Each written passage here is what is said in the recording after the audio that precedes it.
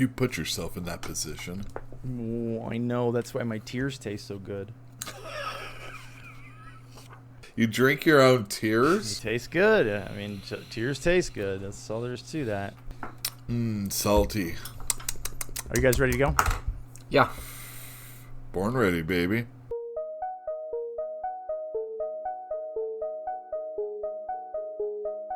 Welcome back to Sci-Fi and Fantasy Read-Along. I am ATN. And I am Yule. And I'm DM Phil. Welcome to the show, guys. Welcome all of y'all. Shall we get up to speed? Yeah, let's do it. In our last episode, Chapter 13, we closed the book Assassins, which culminated in the slaughter of the local Assassins Guild by the Tisti-Andi, and we now depart for the Godrobi Hills. So, new book, new chapter. Book 5, Godrobi Hills, Chapter 14. And we've got, as with the beginning of each new book, there is a preamble for the book, and then with every chapter, there's a preamble for the chapter. So let's very quickly, I suppose, go into the first of those two, which I suspect is the preamble for the book. This one's pretty straightforward, I think. Silver Fox by Herloshell. Do you guys remember seeing Herloshell before? One other time. I think it was chapter 10 or 9. It was 10, and he's an outrider for Caladan Brood.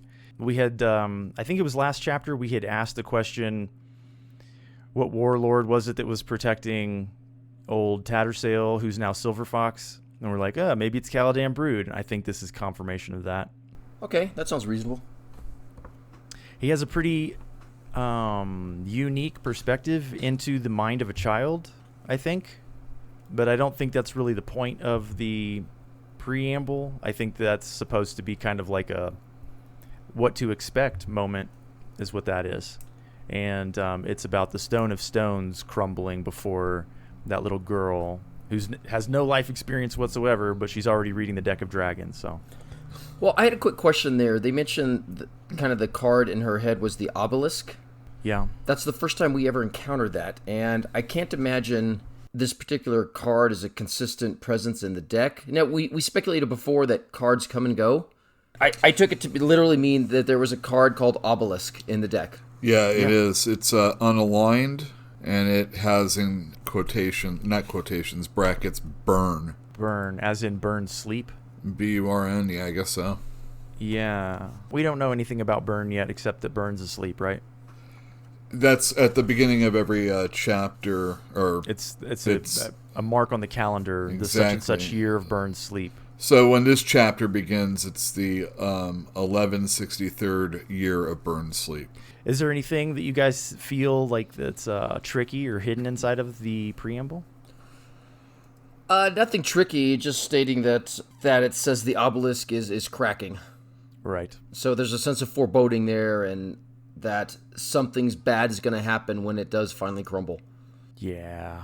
Yeah, I think so. I think it might. No. I think I know what we're talking about, right? What? Shut up.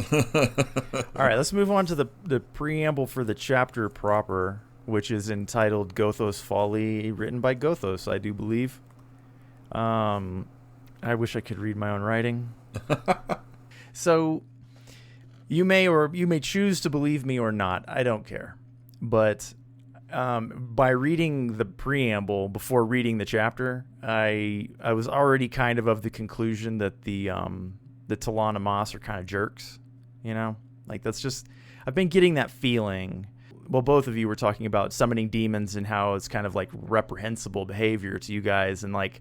And I started thinking about, like, undead armies, and I'm like, despite some evidence to the contrary, you know, Tool, and having met Paran in the past, and knowing that he doesn't seem like a bad guy, right? And Tool doesn't seem like a bad guy, even though he's undead. And then by the end of this chapter, I was like, oh yeah, no, I'm not wrong. I'm not wrong at all. I think that it comes to a pretty good description later on in the chapter that we can certainly, right at the end. Yeah, we can flesh out then. Exactly. All right, so we're caught up to speed. We've caught the two preambles like butterflies in a net, and we're going to release them into the wild. The plan, exactly. This chapter, unlike most previous chapters begins with the calendar again. This is the third time I think we've seen it. And I think the only thing really different in here, the burn sleep is there, so there's that reference to burn. Hey, where did you see that burn in brackets earlier? Was it in the glossary? Oh, yeah, it's in the back of the book, yeah. Yeah, I should read the glossary. Yeah, there's a whole section on the deck of cards, or the deck of dragons. So, have you seen that, Philip? Yeah, more or less. So yeah, on 491, or our 491, they have a list of the ascendants, the world of sorcery, and in the world of sorcery, they talk about the deck of the dragons, or the fatted. Is that how you say it? Fatted? That's a good question for the dictionary. I would say fatigued if I wasn't sure and I was around people that wore ties. Yeah, I think that's appropriate. Well, I wonder, though, because there's a list of all the cards, so I wonder if it does change. I think they do change, too. Well, that's knowledge. It is, and we're not talking about that. Definitely cutting that out. All right. So the difference between the calendars is the Tolanamas Reckoning, the year of gathering, Tellen Arise. And I think that's pretty much the only thing that's different between this one and the previous one. There's a reckoning. But this chapter begins in earnest, not with a calendar, but with Lorn Tool, and they're nearing the Gadrobi Hills. They've been walking and a horse. I guess she has been walking in a horse, and Tool either flutters in the wind or he walks with her. And she said that she was starting to feel sharp again after a while of not feeling sharp. Yeah, she had like exhaustion and depression. I don't know. It hit her hard, that little lesson that Tool taught her, I think. Oh, is that what you think? Is that what you think happened? Well, that's what they're saying. Yeah. She literally came out and said that purging her thoughts of personal feelings had never been so difficult, and she was asking herself, was this a lasting effect of Opan's meddling? Yeah. We had speculated that Opan influences people's minds, and she comes out and pretty much says it, and then she says it again later. Yeah, but she says it again later, and it goes against that. Well, okay, it does and it doesn't. She says that the second time when she mentions it, she says this was definitely not Opan. Okay, I hear you there. As in she's definitive about the second one. And the Sure. first one, maybe she's not so sure, but I think that she might be right. She might be onto something. There's also a mention of the pace that she's been traveling at, and she's like, I need to pick up the pace now. So I wonder, did Opan have something to do with the pacing that she was using as well? I think that's reasonable. Well, whatever. We've talked about it in previous chapters. I'm pretty convinced that Opan is literally like holding people back and pushing them forward and like trying to manipulate the timings of things to be very precise. All right, so they've been traveling for a little while. She's starting to feel sharp again, but she starts to query Tool. Like, how are we going to find this marker when no one else has been able to find the barrow? How are we going to find the barrow? And he explains to her a whole bunch of information. Well, he explains to her that Tellen is a warren, yes, but it's also a flavor and a time. And would one of you care to explain that to me? I can't. Okay, let's try and figure this one out. Okay, try. We're gonna try. Well, he said that Tellen is a warren, and it's also a time. So it's more than a source of magic. It's also a time. I think I looked for Tellen, but I'm not sure if I found it in the world of magic. Oh, here it is. Yeah, it just says it's an elder warren of the Tolanamas. So the way he described it, and I think I'm getting it, is that Tellen is an elder warren of the Tolanamas. Omtos Falak is an elder warren of the Jagat, and they overlap temporally. What, like a concentric circle or something like that? He said they overlap in touch, and I don't fully comprehend that, but it's if warrens like evolve through time, and he was trying to say that they overlap at the same time, even though they still exist today. They were contemporary. Yes, and because they were contemporary, he can access or influence the warren of the Jagat. I think he can taste it too, in the sense that he can sense it. And that's why he said flavor also. And I think that's why he's able to just straight arrow beam to the marker. He knows exactly where it is because he can just sense it. It's right there. Well, it's after that time that they start talking about the releasing the Jaguar Tyrant and what it could mean and what that person could do, and it's terrifying. Hey, Philip, what happens if they open up this thing? What happens when they find it? Like, why are they coming out here? They say it very explicitly in this section. Okay, if you want me to get to the meat of it. We might as well, because it's hard to explain what Tool's purpose is without explaining this part first. All right, Tool's purpose is essentially to access the prison that this Jaguar Tyrant is there. Basically, he's going to let it loose. The reason they're letting it loose is, and I think this is crazy and dumb, but the reason they're letting it loose is because they know that by doing so, it will attract the attention of Animander Rake. He would not have any choice. He would be compelled to engage and intervene with this creature. And they anticipate he will succeed, he being Animander Rake will succeed in overcoming the Jaguar Tyrant, but it will cost him dearly. And then the Malazans can come in and wipe up Animander Rake. Yeah, because apparently they don't think they can take on Animander Rake by himself. They can't. And win. Yeah, exactly, right? Yeah, they can't. If Animander Rake's going to be able to take care of this Jaguar Tyrant, well, hit him from behind when he's dealing with this other thing, right? I know, but if you go into the details of what Tool is saying that this tyrant can do, he's like... What can he do?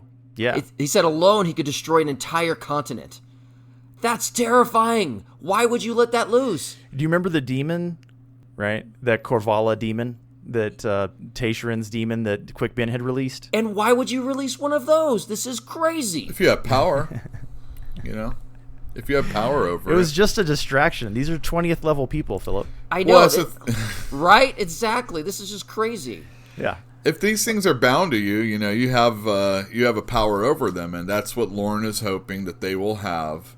I don't know. Well, not Lorn, the Empress. And what Lorn is realizing in this chapter is that not only is Tool disposable, but so is she. Yes, both of them are expendable. She's realizing what her part in this whole drama is to, how it's going to be played out. And it's not looking good. I think, and I really kind of appreciate this part on the essence of the adjunct, Lorn. She's comprehending what is going on here for the first time, and she's having a crisis of commitment. A morality crisis too. Yeah, she's like, if we screw this up, we screw the world over big time. They also have a conversation, Tool and Lorn, about how Animander Rake would go about, killing this thing, and there's an allusion to that. The Jaguar Tyrant would be under Animander Rake's control as a slave. And that was Lorn's misconception. Tool put the fear of God in her, and she needed to, because there was another part in there, I think it was awesome, where it said if the Jaguar Tyrant got control of a bonecaster, they could challenge all the gods and kill most of them. That's great. Okay. That's crazy. Yes, it is crazy, and that's why Tool was chosen. Tool was chosen because he's unbounded. No, he's not related to any living or dead Talon and Moss. So when this thing gets out, and I don't think there's any illusions about them being able to control it. I think it's expected that it's going to run amok, and it's going to dominate anybody around them when he comes out. And when he comes out, that's going to be Tool. Because Tool is unbounded, he can't get to another bonecaster. And they said unstoppable with a bonecaster. If you had the two of them together. Unstoppable. Killing gods. So, yeah. And I mean, that's what they're doing. They're on their way to go and let this thing out because they think it's the best plan. And whose plan is this? The Empress. Tasharin and the Empress. Well, that's true. Yeah. This was their plan. And what did Lorn call it? Did you see the specific word that she used to refer to this thing? No, what was it? Gamble. Oh, yeah, gamble. Yes, this is insanity. Well, it's not just insanity. Think about the association with that word, because it goes right back to chance and Opon. Yeah. I don't know if this is Opon's idea or not, but she called it a gamble. Pretty depressing, though, all told. Like, what they're on their way to go and do, and Lorn and Tool are expendable, and they know it, and they're just like, oh, well, this is a bummer. But we're going to keep going, and we're going to keep doing it. Back in Chapter 10, also, the same as the preamble, we also encountered Brood back in that chapter, and he explained the whole thing about power vacuums and why Animander Rake would have to step into the fray, and etc. They were talking about, it was Crone and Brood, and she said that if given the chance, Rake would spit the twins on that sword of his. And Brood was like, yeah, the guy's an idiot. Then Lassine's going to have to come in and destroy the city, right? Because there would be nobody there to oppose him. But this is actually her plan, is to create another player on the... This is worse than Quick Ben, isn't it? I would agree it's worse. This is pretty bad. Okay, so we've gotten a lot of very, very specific information about what's going on and what they're doing and the plan. Like, we've never seen the plan before. We've only questioned why the hell would they want to release this thing. And it does make sense, but it seems very, very risky and not that bright. Desperation, maybe? Might be a desperate act.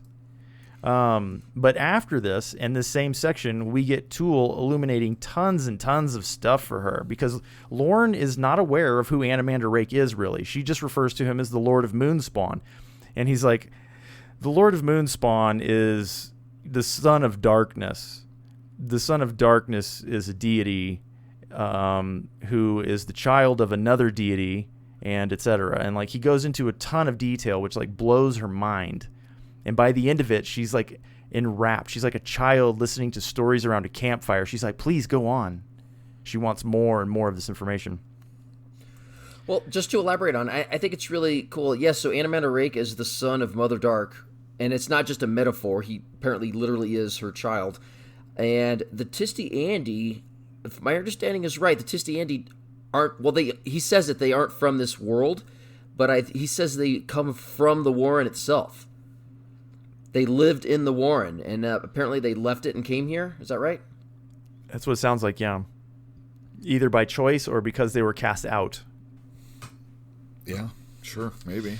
It's complicated, and it's a messy thing. You know, Mother Dark got lonely. That's the story. And he tells Lorn that it's probably not true. And this is when she says, no, please continue. And he's like, okay, well, this is the story. And the story is that Mother Dark got lonely.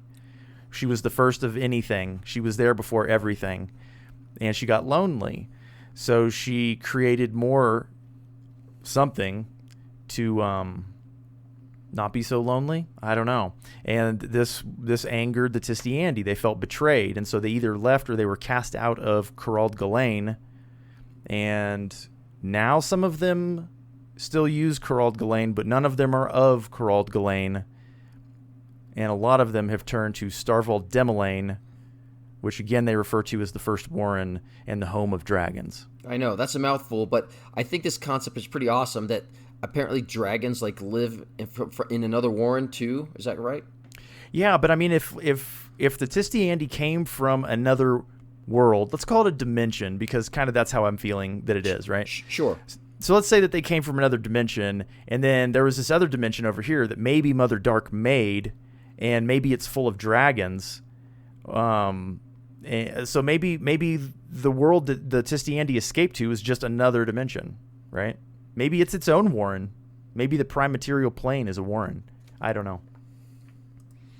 It's pretty badass, though. Like, a place where dragons just hang out. That's their world. That's a dragon world. A dragon world would be a nightmare. Unless you were a dragon, in which case it might be kind of fun, but...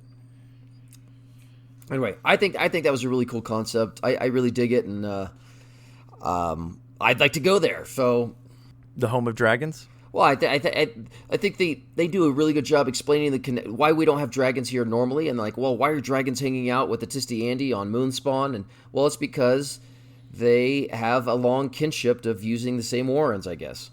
Been hanging out together? Yeah, right. Mutual respect, something. Long history.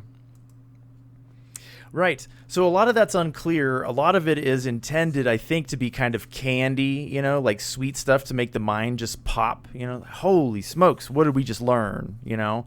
But I don't know how to apply most of this knowledge yet. And I'm not going to learn it for a while, I feel. But that's okay. I'm into holding on to these details. So what did you have to do with your spreadsheet, Phil, for this section? Update it. I mean, I know that. What do you mean? I mean, I update it. Did you already have Starval Demelaine as a Warren? Yes, and it was already proclaimed as the very first Warren. And did you update? I mean, like, how do you put the dragons in there? I put it's the home place of the dragons or something like that. Home of the dragons. So I have a question for you. If Anomander Rake is half dragon, as is suspected by the card, then how is he a half dragon? Mother Dark must have made a dragon and then had a little time with the dragon and made Anomander Rake. That's hot. Well, I think that makes a lot of sense, and I'm glad you brought that up because I didn't pick it up. But yeah, apparently Mother Dark got it on with one of the dragons in Starfall Demelaine, and does that mean she created them? Did she create their Warren and then the dragons inside there so she wouldn't be lonely anymore? No, it was the first Warren. I have a hard time accepting the fact that she created it, but I think she was lonely in her own Warren. Oh, so she just busted through. Yeah, she found another Warren. That's hold on, that's in there. Corald Ghislaine, it said, was kind of like isolated. It didn't touch anything else. I think that's in the story that he tells of Mother Dark. They came from this world. Warren of Darkness, Corald Ghislaine stood alone, untouched. The goddess, their mother, knew loneliness. In her loneliness, the goddess sought something outside of herself. Thus was born light.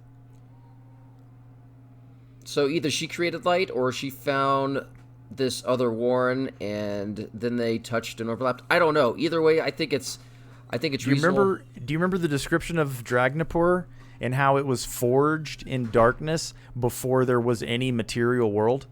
Yeah. If that's true, it's like before the Big Bang kind of stuff, right? It's like that sword was made before the Big Bang, and then Mother Dark was like, "I'm bored." Big Bang, boo. The Big Bang, all right. Well, whatever. We don't have to go into modern cosmology for this episode, but that's kind of what I was thinking. Looking for a rumor. So we've got Kruppe and Company, the famous adventuring party from Darujistan, and they have a new member because they had to leave an old member behind. We don't have Rallick, but now we have Crocus, who, as we all remember, is the coin bearer. And they're heading to the hills. And Crocus, the very mature Crocus that you guys love so terribly much, is petulant and bitchy and whining and complaining. And why are we here? What are we doing?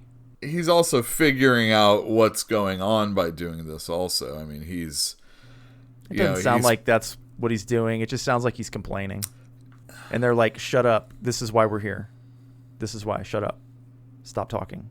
The real reason why they're there is to take him out of the city. That's one of the reasons, yes. That's the underlying reason that he's not told. Right. We know, but he is not told. What's the reason that they give him? They're there to find out what they can. How does Krupp point it out to him? He says, see what the crows see. The ravens. The ravens, I'm sorry. See what the ravens see. Did that ring any alarm bells for you? Yeah, of course. They're getting shot out of the sky all day long. They're working for Crone. Were you impressed that Krupp noticed them? No. Why? Because he notices everything. I'm not impressed. I expect it now. Do you? Lorn didn't notice. Tool hasn't noticed. Like well, it wasn't mentioned in their section. Yes, right? It was. Ravens? Yes. Where? They're constantly spiraling overhead like tiny little specks. That's not in their first section. There's no mention of ravens in the first section. Okay, fine. Very first section. It's not mentioned. No. Krupp is the first person that lets us know that there are ravens in the sky watching the whole thing. And he uses it like an allegory or oh God, what are those things? Metaphor. That their job is to do what those ravens are doing, to observe without really being noticed. But he noticed them. He noticed them. Who do they work for? They work for Baruch, right? Yeah. The ravens work for Anomander Rake. Yeah. Oh, I thought we were talking about the party. Oh, well, you said they. That's why we don't use pronouns, right? That's right. Who's they? The adventuring party is working for Baruch, and they're their spies, information gatherers, whatever. They're lackeys, if you want to use that word. In his petulance, as Crocus is questioning every little bit, we as readers are finding, or he is getting an answer to his questions about why things are the way they are. And we're getting a lot of little characterizations about, with these people. Especially Cole. I mean, we haven't gotten any information about Cole from Cole himself until very much now. Yeah, and he's dressed like he's ready for war. Which is hilarious. Yes, and he's sweating, and of course he wants to drink the water, and Kruppe is like, oh, you're just drinking water and your poisons are coming right out of your skin. Who even knows what kind of poisons those are? I think it's awesome. They describe him having the world's worst hangover, but he mans up, he puts his armor on, and he's riding. I think that's awesome.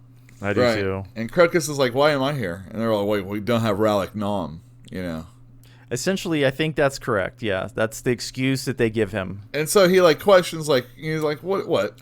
I'm just some guy you can just bring in whenever. Yeah, stand-in. He thinks of himself as a poor stand-in. He takes it very personally when Cole is explaining this stuff to him, and he's like, no, don't put words into my mouth, kid. You have a skill set that we need for this particular job.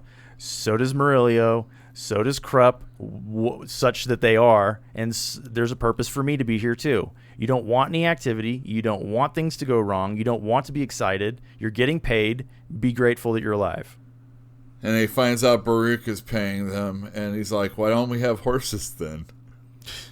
Because Kruppe is such a tightwad, man. He might be a total shyster. I'm not real sure. He got donkeys instead and pocketed 11 silver coins. Yep, that sounds about right. That's funny. I think it's hilarious. Cole has a horse, but who knows how he got it. He might have already had a horse. Why is Cole wearing all that armor? Or anytime Kruppe is leading, he knows he should be ready for war. Does that mean that they take turns or something? Being in charge? It's like, you're party leader this time. Oh, Kruppe's in charge? Damn, I'm going to get my armor real quick. Yeah, maybe. Well, I think he's just being funny. I just think that's his... hey, when you're playing D&D, I mean, you never leave your house without your armor on, and he's the same way. Of course not. Absolutely not. I mean, if anything, you put stuff over it so people are like, oh, that's just a normal guy in clothing. But you got your armor on even when you go to bed. Well, apparently Rallick Nom did. He had that super tight armor on. Yeah. Yeah, right. And he was just... Well, until he had the big confrontation, he was just going about his daily business. But you know what? He had his armor on. I don't think he's a dum-dum. I really don't. Okay, so do you guys think it's fair to say that if they didn't already know, Opon is now aware that the coin bearer is off to the hills? What was your question? I don't get it. Who? Do you think Opon knew that the coin bearer was going to the hills before now, basically? And do you think it's fair to say that they know now? Who's they? Opon. Oh, I certainly think they know exactly where the coin bearer is. Do you think this is their work? Opon. Do you think Opon is doing all this? I don't know. That would mean he would be, or that Opon would be in charge of what Baruch said also. And anytime this, we question Opon and how far back they go when they're meddling with stuff. They kind of mentioned that it's okay to start screwing around with the affairs of mortals because someone else has already done it. So, when I read this book, sometimes I forget that there's a group of people playing chess, on a very high level that we never see. And then there's all the actions that are going on inside of the book. And every now and then I have to kind of sit back and remind myself that, we know that these people are frequently being manipulated or encouraged to go in a particular direction, that information is withheld or revealed in order to cause these things to happen, to create these motivations or disinclinations. And it's all being manipulated by the level up above that we never get to see. So it's all pretty much guesswork. But it's there, and we know that it's there. And so sometimes I just have to sit back and try to remember, oh, okay, so Opon wants very much for certain things to happen, right? And Shadow Throne wants very much for certain things to happen. I don't think we know too many other people, do we? No. Anamander Rake, obviously, but... Caladan Brood. Is Caladan Brood an ascendant? Yes. Oh, Is he really? Yeah, I saw that one when I looked through the glossary also. Yeah, he is. But Well, what? no wonder. No right? wonder he's dripping with power, right? He is an overt, very obvious ascendant who's walking around and influencing things on the world, on the continent. Yeah, he's literally warlording it up and beating the Malazans. Well, Animator Rake is an ascendant too. So why is Opon not upset with them? I don't know. To me, I mean, I don't get it. To me, it's like they're like Seems like they're meddling. They are, but I mean, if you try to separate these advanced entities between like gods and ascendants, to me, ascendants are just like epic level. Characters. Heroes. Sure. Yeah. Maybe Opon's whole thing is to have an effect. You have to remain in the game, right? Like be on the board so exactly. you're at risk. And Opon's thing is to remain as long as possible and not necessarily hopefully getting their way in the end, but maybe like existing long enough to really reap the rewards also. It seems weird now that like we've realized that some of the people that we're reading about are ascendants, that they got so upset when Shadow Throne tried to manipulate the game. Well, that's actually a good point. So I can't answer that, but I can't either. But if you're looking at what we have seen all these ascendants and gods do, for instance, Kroll is a god, Opon is a god. They can like enter people's dreams and so on and so forth and influence them, but none of the other ascendants can. I don't get the impression that Animander Rake is like coming to people in their dreams and stuff like that. Yeah, no. Totally. Yeah, well, he's also Kroll's an elder god. Yeah, but he's actually a god. He's not just an ascendant. Right. And I'm not sure, like, I should just read the damn book. I should read the damn glossary. No, don't. I like that you don't. I mean, it's good to know this stuff, but doesn't have a list of deities? Well, that's garbage. Well, it does 490. Those are ascendants. But Kroll is on them, but it says Kroll is an elder god. Uh-huh. Other ones like Burn is Lady of the Earth, the Sleeping Goddess. So maybe there is no distinction. Oh, well, maybe ascendants are ascendants, period. Kalor is the High King. Wow, he's an ascendant? Jeez. Yeah, that makes sense. Yeah, he's been around for like 300,000 years, yeah. Well, then who knows? I don't have an answer, but I think there is a distinction on what their capabilities and influences are. Never far behind. Sari is leaving Darujistan. She's tracking the coin bearer, and we get it stated overtly here that she doesn't have to be within eyesight. It's a completely supernatural ability that she's marked the coin bearer and Kruppe, and she will never have a problem finding them. Well, but more than that, she can sense, she's got a target, but she can sense the people around that target, which I think is a little crazy. It's like you have the ability of, it's like a crystal ball in your head. Yeah, okay. Do you think it's the same for Rallick? I think on some level, yes, because... You remember how he got shot in the back, whereas Kalam dodged the bolt? They've all got the sense, right? They've got this preternatural sense of, like, spidey sense, right? Tingly danger. But some people are, like, further along the line, higher level, whatever you want to call it.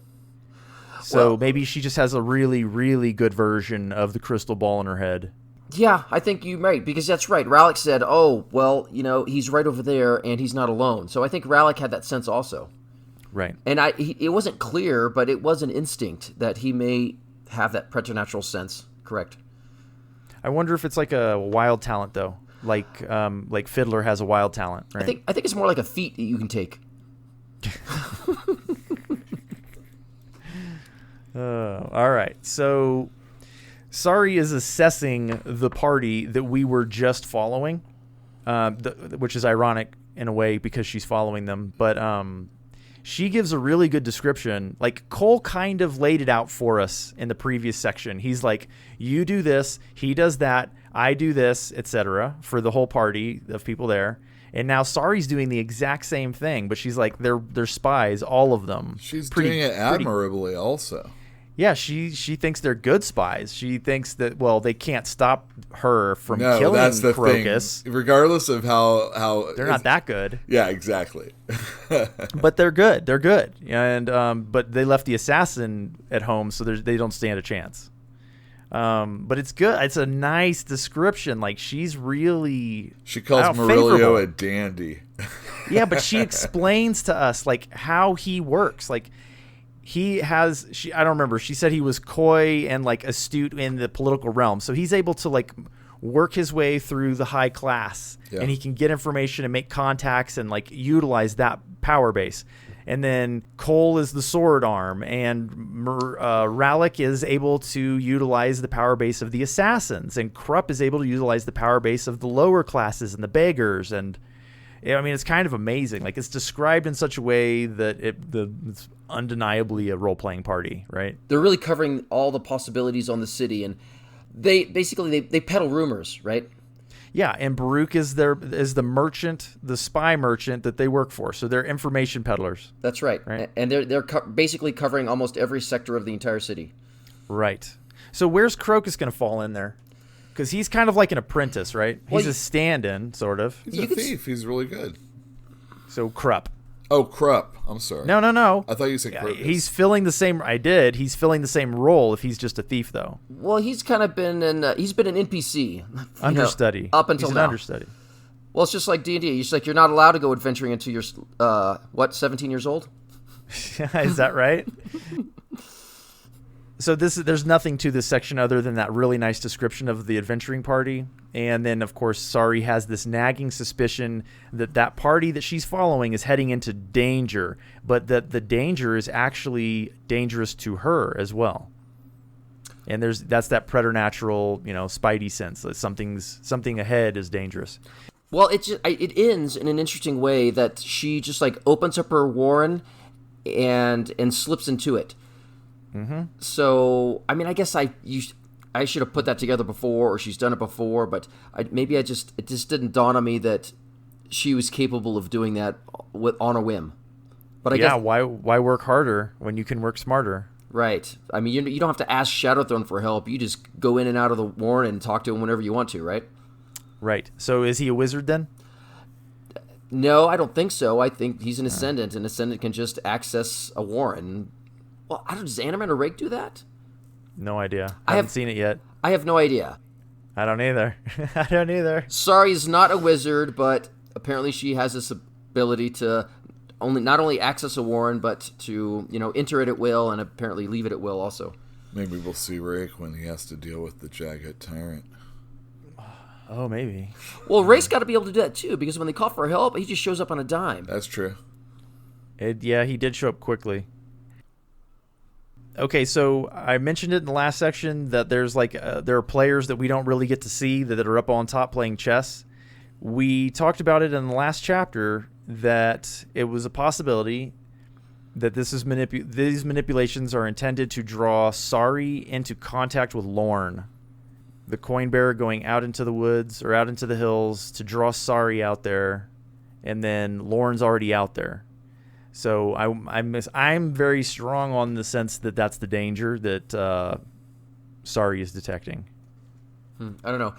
Oh, Animator Rake did use a warren. Do you remember when he went to Baruch's house for the first time? Yeah. Yeah, there you go. So he just opened up his warren and went right into his room. That's right. Anyway, moving on. Sorry.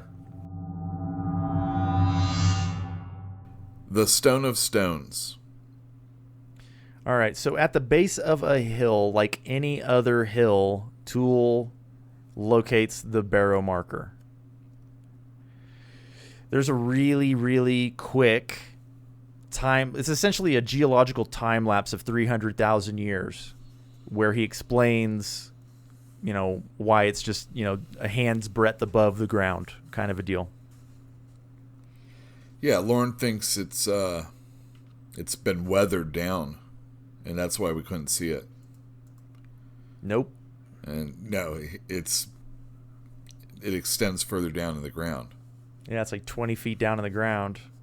And it has withstood advancing glaciers. Didn't budge at all. The glaciers came and went. there was a lake that there was an inland sea that became a lake that evaporated and went away, and now it's shale. It's been buried in shale. And here it is, 10 inches sticks up out of the ground. Yeah, things happen over 300,000 years. I mean, seriously.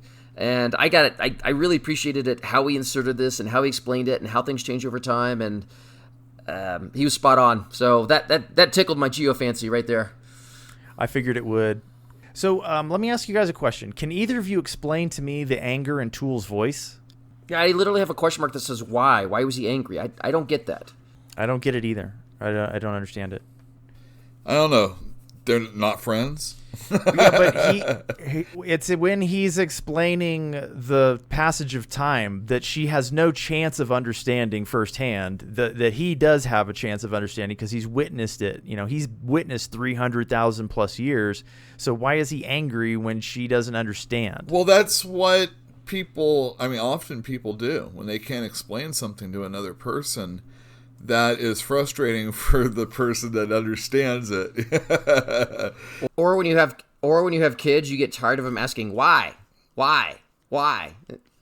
It could just be as simple as that. Maybe he takes a look at her as, just a child. He did call her my child. Several chapters ago. I don't know if that's exactly the reason, but I mean... Well, of course you don't. Nobody does, but It's good speculation. Sound speculation, right? Right. Well, working it out. As we mentioned earlier, twice in this little section, they do mention ravens circling above and tiny little specks and crawling. And so I'd like to be really clear about this, though, because Tool says tomorrow at dawn, he's going to go and open the warren and he's going to access this barrow. And that's when the ravens cry. Yes. Yep. So what did that do for you when you were reading the book? Like, what happened when you saw the ravens do the thing? When the ravens made their noises, like, what did it do to you? It did not have an effect on me. I read it. Okay, that's fair. Yule? Maybe they're weeping for Animander Rake, knowing... Yeah, I think it's an indication. To me, it was like my attention was being drawn to that moment. Like, and we've Kruppe saw the ravens, so we know they're there, and then of course they're the great ravens, obviously, and now they're gonna open this warren tomorrow at dawn, and then the ravens make a little bit noise, which draws our attention back to the ravens. So to me, that's saying that the ravens know, and they're transmitting that information essentially. Like. Well, I think that was just a message to us that those were Animander Rake's ravens, not just some random bird sitting up there. I don't. That's all I got out of it. But I mean, it's all coming to a head. I mean, Baruch told Animander Rake where the stone was, and Crone was given directions to keep your eyes on the Rivi Plain and the Gadrobi Hills, and that's what she's doing, and it's all coming to a head. I think the point is Rake will know precisely what's happening and when it's happening.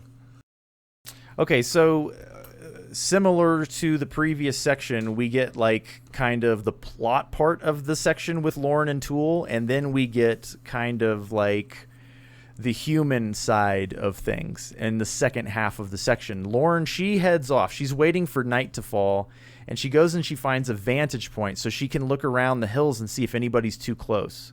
And when she's doing this, she finds a pit, not a pit that was intended as a mine or a borehole trying to find the tomb, but it was a mine, literally for flint. And she crawls down into this pit and finds a spearhead. And it's then when she's convinced that the sword that Tool uses, which she refers to as Chalcedony, is like it's an ancestor to the technology that made the spear point. And she doesn't need to be convinced anymore. She believes firmly what he said, that they were the predecessors to humans and that they have a long, unending legacy of warfare. And she thinks that, is that all that we have in our future? Is as their children is just war, nonstop, never-ending war? Well, this thought process that she's having right now as being a legacy of violence and legacy of death and legacy of war, I honestly, it seems so out of place. It really does. These leaps of logic, this evaluation, this connection with the Telanimas, it just seems forced. I have a hard time accepting this, her thought processes at this time. There just seemed to be no reason for it. Well, I mean, do you think it's fair to say that she's confronting her own death, her mortality? I think she's having like a crisis of commitment because she knows what's about to go down. And if that was she's already said she's expendable. She knows that she's very likely to die here. Well, that may also be true, but seriously, it's like somebody ordered you to press the button and launch a nuclear strike against another city, and maybe she's having this, I guess, his personality crisis at this time, or an opportunity for self-reflection that literally millions of people could die as a result. And that's, to me, that's a very daunting thought. That's where her thoughts are going, to connecting herself to the Tlani Mas. I just didn't get that leap of logic at this point, but Well, maybe it wasn't done to your taste, but you understand what she's doing, though, right? And you understand her mindset, essentially. Yes. Okay. I think I do. Do you guys recall that Talk said that Lorn, the human Lorn, was assassinated in the chapter with Duzek and Taishrin when she was grilling Tattersail? The person in Lorn was executed that night. And now she's out on the plains, and she doesn't want to do what she needs to do to follow Lassine's orders, and she's crying in that pit, right? And she's like gonna do it anyway because there's no person left that's willing to fight Lassine, right? There's no person left in there.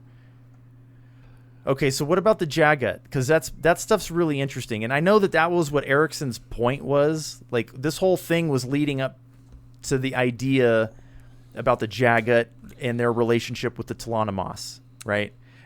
And like, we've met a Tlanamas. He's just this guy that's kind of funny. He's informative. Yeah, he's an undead warrior. But what I was saying about in the preamble about the Tlanamas are they're kind of bad guys, right? They're this undead army of jerks. Yeah, this is the first time I had to kind of re-identify the Tlanamas as not just players, and she did a good job here of explaining that. Hey, Yul, did you pick up on that? That my impression was the Jagat, she labeled them here in a different way. The Jagat were like normal people, right? Right. Peaceful, right? And it seems like the Tlanamas went out of their way to commit genocide against these normal folks. Yeah. Not even normal people, though. Like, calm, peaceful, didn't need government to tell them what to do. Like, not human, right? So the Jagat ain't so bad.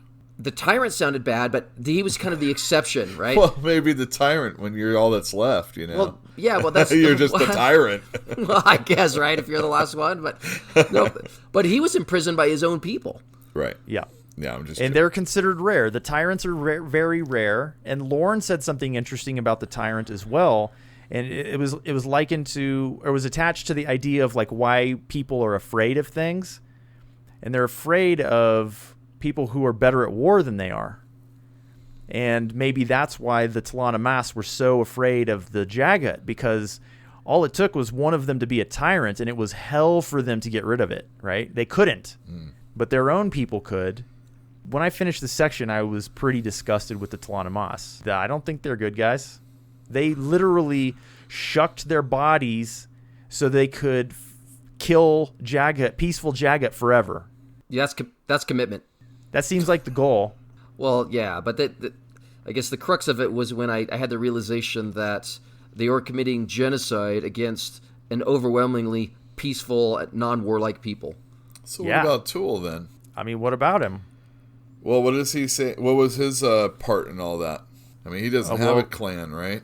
He's not anymore, but he died. His whole clan died when they were fighting the Jagat. He's the last survivor of the 6th Jagat War. Is that the way I couldn't No, it was like remember. 16th or something, 13th, 14th. It was in the teens. Whatever, it's inconsequential. Jesus. Like, he went and did it, and he was the only one that came out of it. So he's not innocent. Right. Well, what do you think about that? I mean, if your people are that way and you do it, I mean, you say they're jerks, but It's perfectly natural. I can say that because I'm outside of the situation. Sure. Like, Lorn is basically saying that we are the children of the Tlanamas. We're just like them. We can't stop warring. Like, if there's no war, we'll create one. what are the Malazans doing? I mean, they're just marching through everybody, right? War, yeah. Yeah. War. I mean, And before the assume... Malazans, there was another empire, and before that empire, there was another empire, and probably for 300,000 years. Point is, the system works because we're still around. And we're jerks. To me, that's evolution. I mean, you have to fight your way to the top, and if you don't, you go away. Let's just say it's a recipe that's worked for at least 300,000 years. All right. You guys got anything else?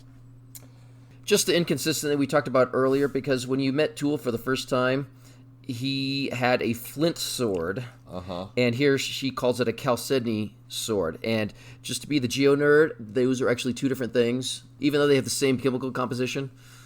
And you have to put that in there so that we're actually educating the public. This is science time. Is it? Yeah, I was making fun of him earlier for making me fall asleep. Is it possible that she's just wrong? Yeah, absolutely. When the sword was mentioned originally as a flint sword, was it from Lorn's perspective? I suppose it was, yes. And here she calls it chalcedony, but I mean, maybe she doesn't have enough ranks in geology, but I do, and there's an inconsistency there, so I had to call it out. It's a very pretty stone. So I always imagined it as being kind of brown and not a beautiful thing, but if it is chalcedony, it's quite gorgeous. So I'm voting for chalcedony. It can be any color of the rainbow. Well, look it up on the Googles, and that's the color I saw, and I think it's pretty. The geology section where he was talking, or she was looking at the flint mine, that is spot on. Erikson did great. That's the kind of juicy stuff I love. And he was good at it. And that made me think, it's like, when you have to write a book like this, like the overwhelming amount of knowledge you have to accumulate to be consistent. Research. Yeah, research. Novelists are supposed to do research. Yeah, little details like that are something that I really, really appreciate about Erikson's writing, and I'm calling it out right now. Inner sight. So Tok and Paran have been following a trail, and they had a little shortcut, and then they got back on the trail. And now the trail is littered with dead ravens. Inside out.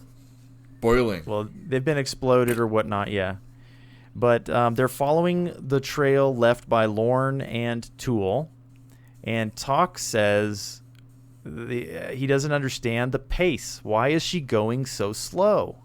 And if you guys will recall from the first section with Lorn and Tool, she had been traveling really slowly, and then as she started to get clear-headed again, she was like, oh, we got to pick up the pace. And so then she started moving. And they're following a trail that's about 2 days old. And Tok scratches his eye a couple times. Yeah, he does. Like, anytime there's, like, talk about magic or something, he's...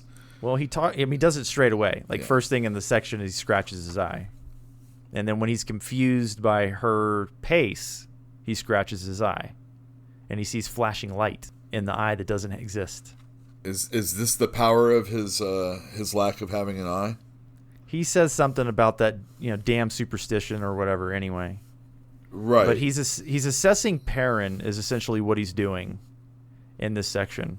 And Paran is behaving weirdly. Like, he was behaving weirdly the last time we hung out with him. If you guys will recall, it was all like, damn you, I'll get my revenge. It was completely out of character. It was off the wall. It was bonkers. And now Paran is still behaving that way, and Tok is like, this guy's obsessed and probably regretting his joining the guy. Well, there is that one section where Paran is like playing with the handle of his sword or something like that. Yeah, it's never out of his hand.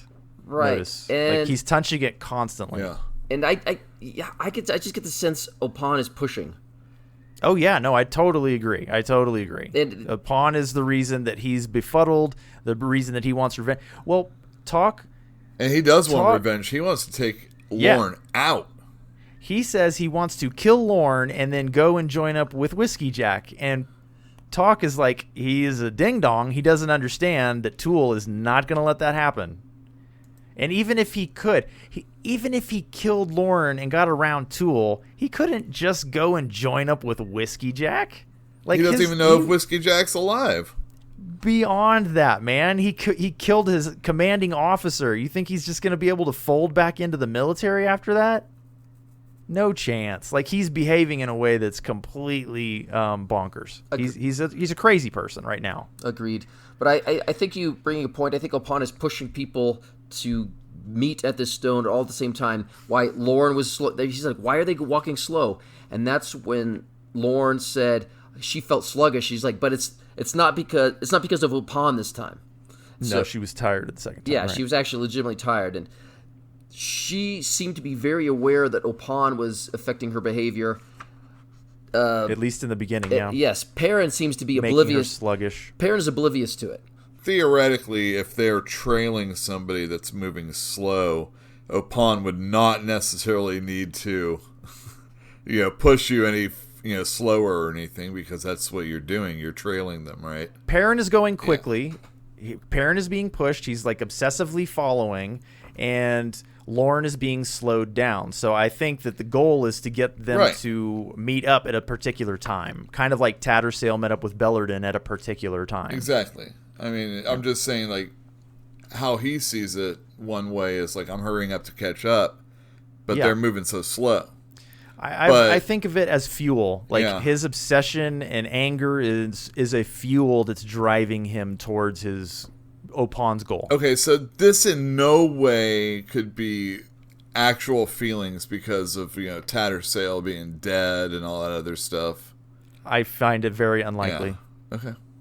I mean, he didn't know her at all. So, yeah, exactly. But they were, like, humping and everything, right? Big whoop, dude. Big whoop. It was strange because Paran, when he was thinking about talk when they had met, he immediately warmed up to him, like, oh, this is a friend, somebody I haven't had in a long time. Yes. And then he goes, and him and Tattersail have a super connection really quick. And it's like, well, are all those moments just Opan dealing with stuff then? I don't know. I think it's going to be a lot easier to answer that question at the end. Right. If we could go back through the book one more time and just be like, oh, yep, that's probably, that needed to happen in order for this to happen. Like, it's a chain of events that are causing these people to converge in a particular place. So it's hard to say. But it's possible. Certainly possible. So none of the love that people are feeling for other people is probably real. Yeah, almost certainly not. I would like to point out that Tattersail and Callett had a relationship, right? Yeah. They were sleeping together. Uh-huh. She put it out of her mind. She was pretending that relationship didn't mean that much to her, but Bellarden knew that it was important to her, right? Everybody else knows that was a big deal, and Callett died, and then like just a couple of days later, there's Paran. And she's completely forgotten about Callett, and I mean, no. The human heart doesn't work that way. I don't think so. Okay, so after this analysis by talk of Paran, they come across yet another bird, a 12th bird, and this one has been ruptured, kind of inside out. Its entrails are spilled, and he says they're like bright red like cherries is what he says. And he rubs his eye again, and this time, you may tell us about the vision. So Tonk is riding along, and then all of a sudden he sees a vision, I'm going to say. There's like a spot in the sky, and it's dark. And as it starts to get bigger, it opens up, and from within it's like a swirling darkness. Horses are, whinnying, and it starts to wash over him. Yeah, then it's over. You did leave out the part about the little shape that was running around. What is the little shape? It's Hairlock. Wait, where? Oh, is that what that was? Oh, then it was gone. Yes. He saw a small shape moving so fast as to be a blur. So it wasn't a vision. It actually just happened. No, it was a vision. Oh, it was a vision of that happening. He had a vision. He rubbed his eye, and he had inner sight. He had a vision of this little blurring motion of a thing coming out of a warren. And then he's like, Paran, hey, we're walking into an ambush. And Paran's like got his sword in his hand, resting on his lap. And he's like, well, prepare yourself. He's like, it's going to come by warren. Paran just, okay, let's go. Well, I guess what can you do, right? Go home? I mean... Well, he looks pretty eager, doesn't he? He does. I mean, Paran wants this confrontation, so I guess that means Opan wants this confrontation. Well, that's the very last thing Tok said is like Paran pulled his sword out and he put it on his lap, and Tok was looking at his sword and he said the sword looked eager also. Yeah. So yeah, apparently Paran is just as eager, which sounds crazy to me, but I mean, how do you defend yourself against a war? And you can't. It just opens up and you're either prepared or you're not prepared. Yeah, they're forewarned at least, right? Yeah. He had the inner sight. He has the warning. He's transmitted the warning. So somebody wanted them to be prepared for this moment. So you think it's hairlock? I think that the little shape that's moving so fast as to be but a blur is hairlock. I yes. thought it was going to be Sorry. It was going to like leap out of her warren and like stab him in the back or something. I thought it was Sorry, but okay. It sounds like Well, hairlock. they're trailing hairlock, so I guess that does make sense, right? And They've been following the person that's following Lorn, who's been leaving this trail of dead birds. that that makes more sense. But I mean, Sorry disappeared into a warren, so that's why I put that together. I get you. Yep. So that is the end of this section, but there's one thing that we didn't cover, and then there's another thing that I think I found that I'd like to talk to you guys about. Is it more geologic awesomeness? Hey, Phil, how do you destroy a Talana Moss? I don't know. They said that their magic wouldn't work on them. You gotta chop them up. You have to chop it into pieces. That's the only way. Oh, man, I'm so glad I was able to answer something. Yeah, me too. And when they're talking about that, or when it's being written about, talks like, I don't think that God-touched sword's going to do the trick. So that was one thing you had to say. What were the other things? Numbers. Let's talk about numbers. The number 11. Yeah, my lucky number. And then the number 12. There were 11 dead ravens that they had trailed, and then a 12th raven. Yeah. And it was at the 12th raven when Talk rubbed his eye and had the vision. Okay. Go look at page 158, please. Is this The very top of the page. No. 158? Yeah.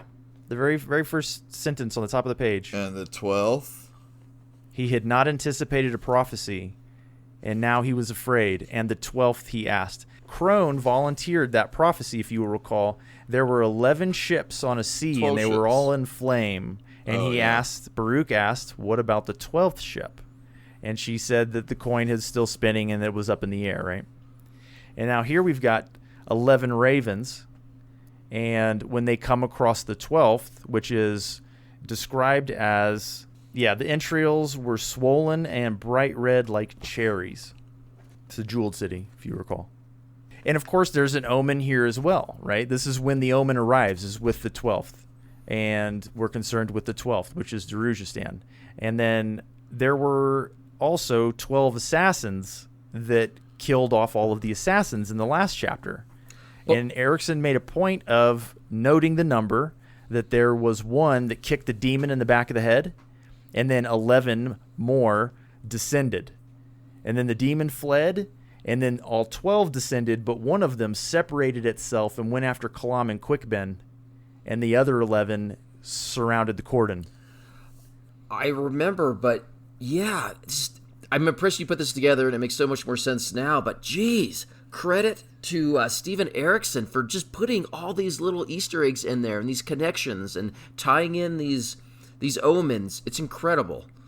Now, I don't know that the number of assassins is like tied to omens, but like to me it seems like the birds are pretty obvious. Like that one stands out to me because obviously there's the vision that happens when they find the 12th bird, and it's like it's delivered exactly in the same way basically as when Crone was prophesying about the ships on the water.